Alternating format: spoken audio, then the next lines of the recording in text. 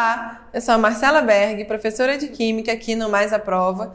E se é a primeira vez que você está aqui no canal, aproveita, se inscreva e clique no sininho para obter todas as notificações sobre as nossas aulas. A aula de hoje é sobre polaridade, geometria molecular e força intermolecular.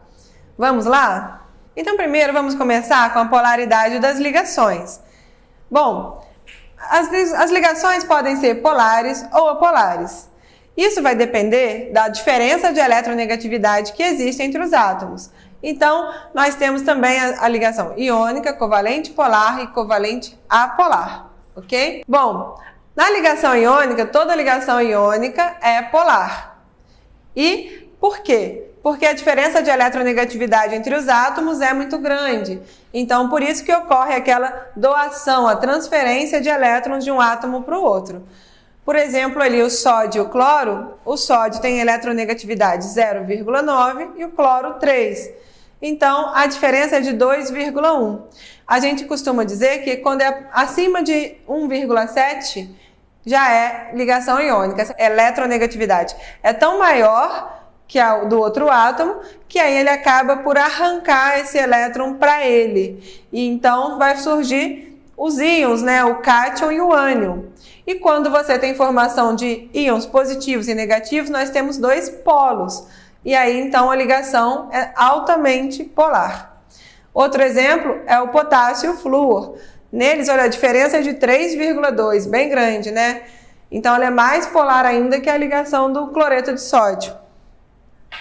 Nas ligações covalentes, vai depender da diferença de eletronegatividade entre os átomos. Geralmente, átomos diferentes têm eletronegatividades diferentes, mas tem algumas exceções que temos que tomar cuidado. Bom, ali no HCl, a diferença entre eles é de 0,9. Na ligação de iodo com flúor, a diferença está de 1,5.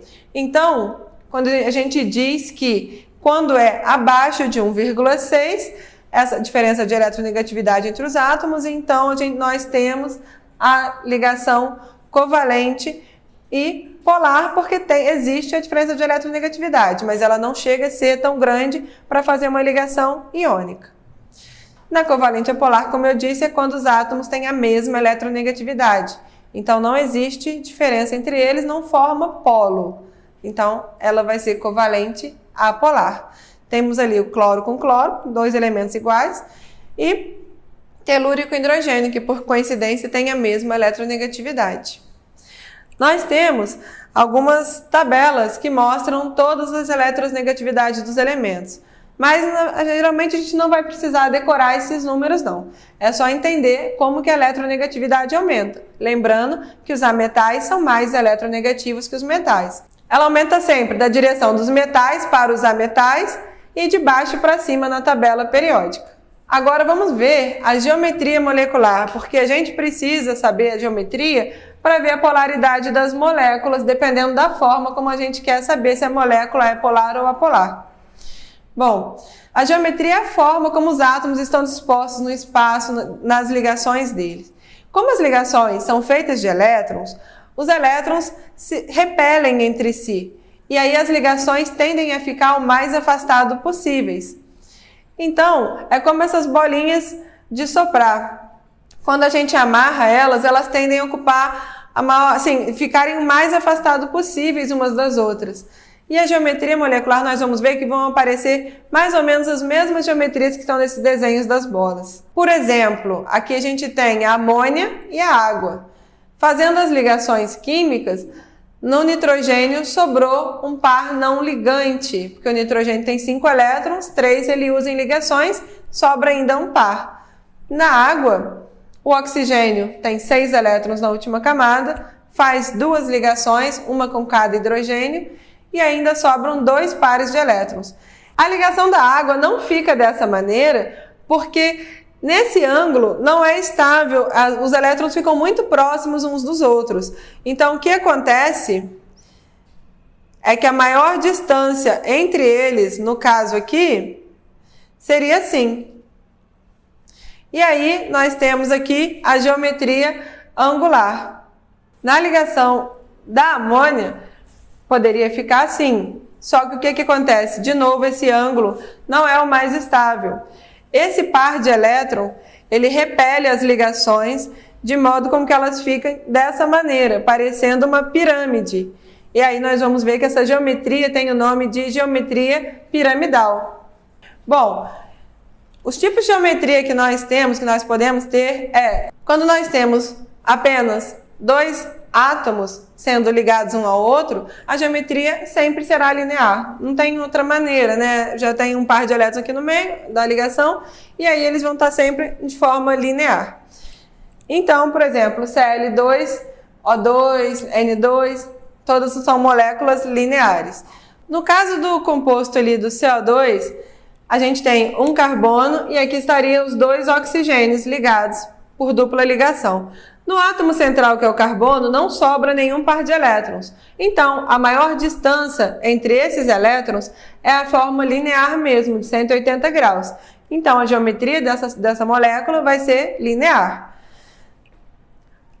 O próximo exemplo ali é quando a gente tem dois ligantes, mas sobra par de elétrons, como é o caso do SO2.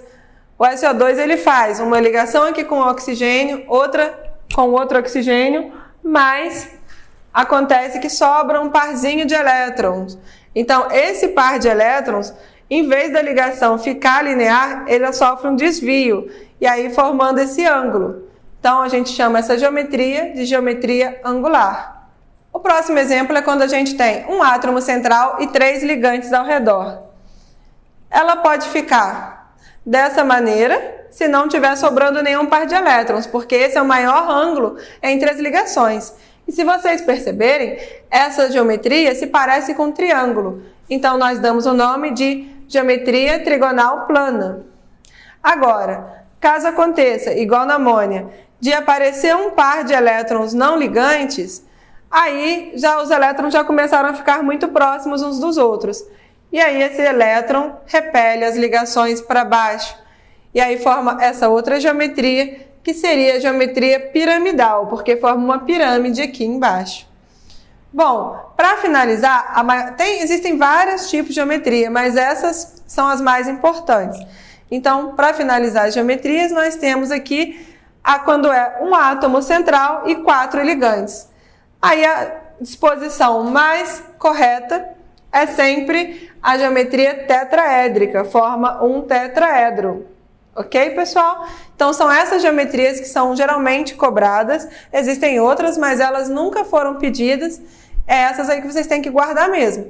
É só tomar cuidado para não confundir quando sobra par de elétrons ligantes ou quando não sobra. Vocês têm que lembrar que esses pares não ligantes contam ali no espaço das ligações, ok? Vamos agora falar da polaridade das moléculas. E nós podemos prever se uma molécula é polar ou apolar através de 2 métodos. Pode ser a teoria da nuvem eletrônica ou teoria dos vetores. Eu, particularmente, gosto mais da nuvem eletrônica por não precisar o aluno saber de geometria. A teoria dos vetores você só consegue fazer se você colocar a molécula na geometria correta. Mas nós vamos aprender as duas formas aqui hoje, ok? Bom, na teoria da nuvem eletrônica, ele considera qualquer par de elétron, ligação, como uma nuvem eletrônica. Então, aqui nós temos 3 nuvens eletrônicas, 2 ligações e um par de elétrons não ligante. A ligação ela pode ser dupla, que a gente conta assim mesmo como uma nuvem eletrônica só. Dupla, tripla, sempre vão ser uma nuvem, ok? Então, por essa teoria, aqui nós temos um átomo central, um par de elétrons não ligantes e 2 ligantes aqui, ó, iguais. Vamos considerar que os ligantes aqui são iguais. Por exemplo, a molécula do SO2, ok? Então, como que nós fazemos? Cada ligação em cada par eletrônico conta como uma nuvem eletrônica. Então, aqui nós temos 3 nuvens eletrônicas e apenas 2 ligantes. Como é diferente o número de ligantes com o de nuvens eletrônicas, a molécula é polar. Já no caso de termos 3 ligantes iguais e número de ligações ou número de nuvens eletrônicas também ser igual, que são 3 nuvens eletrônicas, então a molécula é apolar. Então a gente tem ali no exemplo CO2, 2 nuvens eletrônicas, 2 átomos ligantes iguais, apolar. O SO2 que eu tinha mostrado também, 3 nuvens eletrônicas, mas apenas 2 átomos, apenas 2 oxigênios em volta do enxofre. Então, molécula polar. E no amônia, o número de nuvens também é diferente do número de átomos. Então, a molécula, de novo, polar.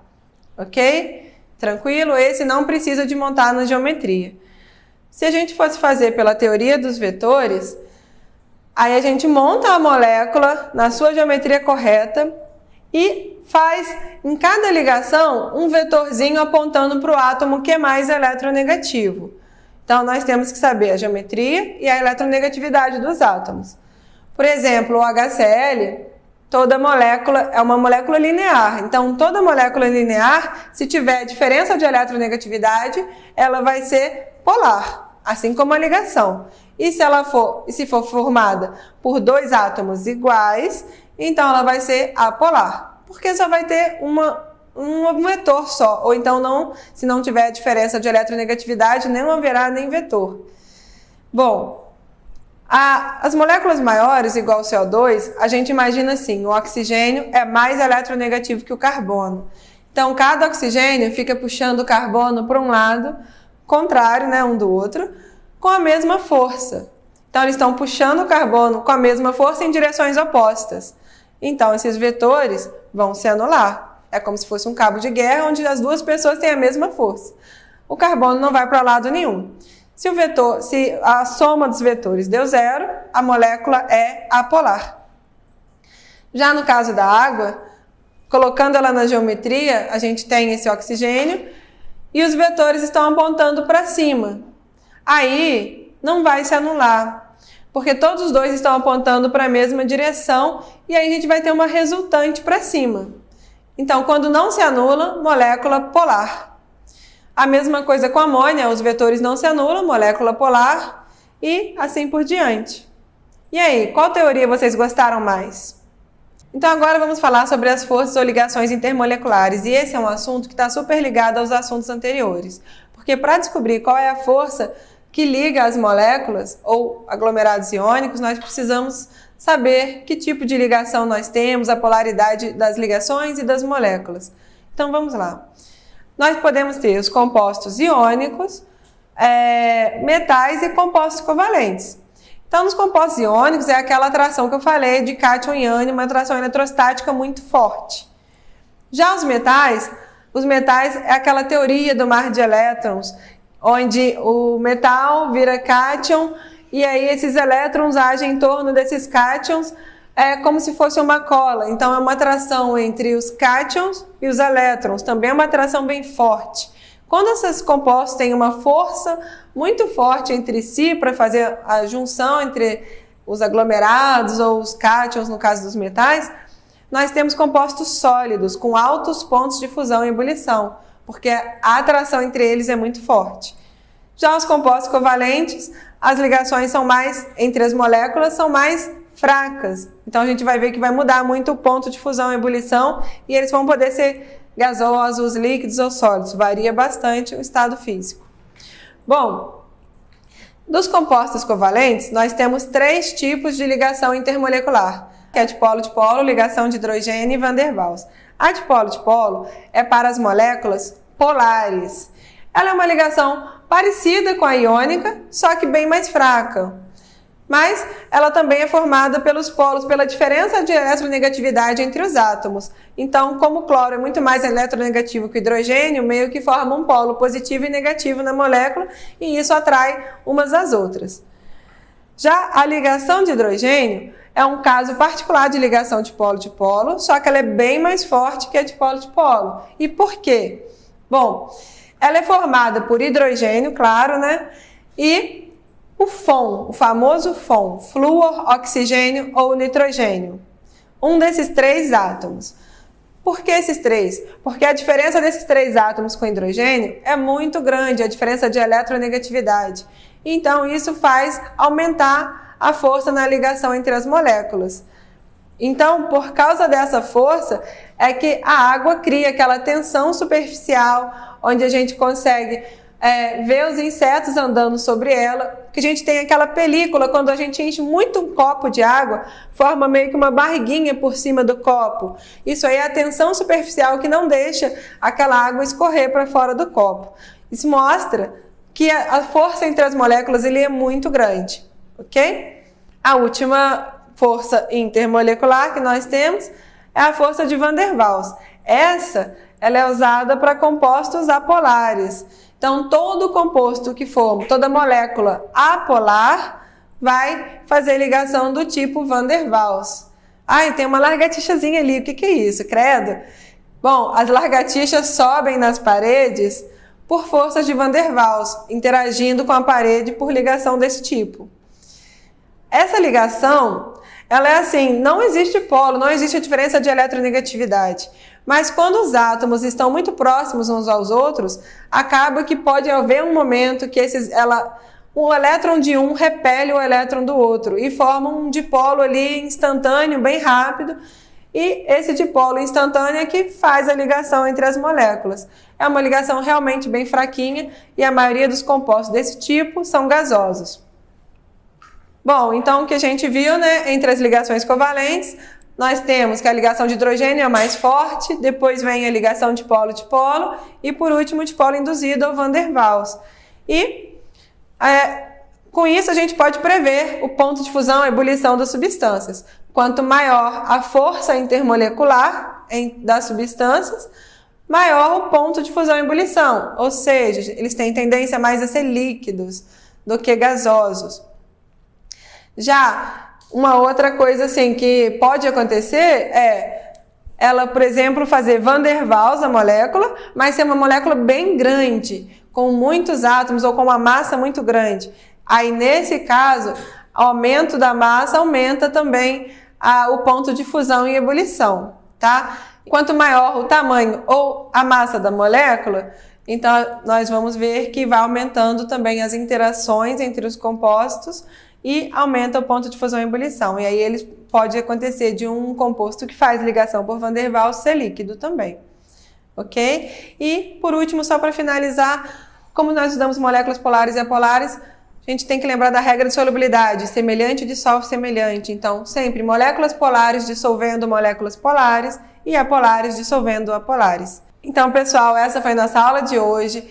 Comenta aí embaixo alguma dúvida, alguma sugestão para uma próxima aula, curte nosso vídeo, compartilha com os amigos.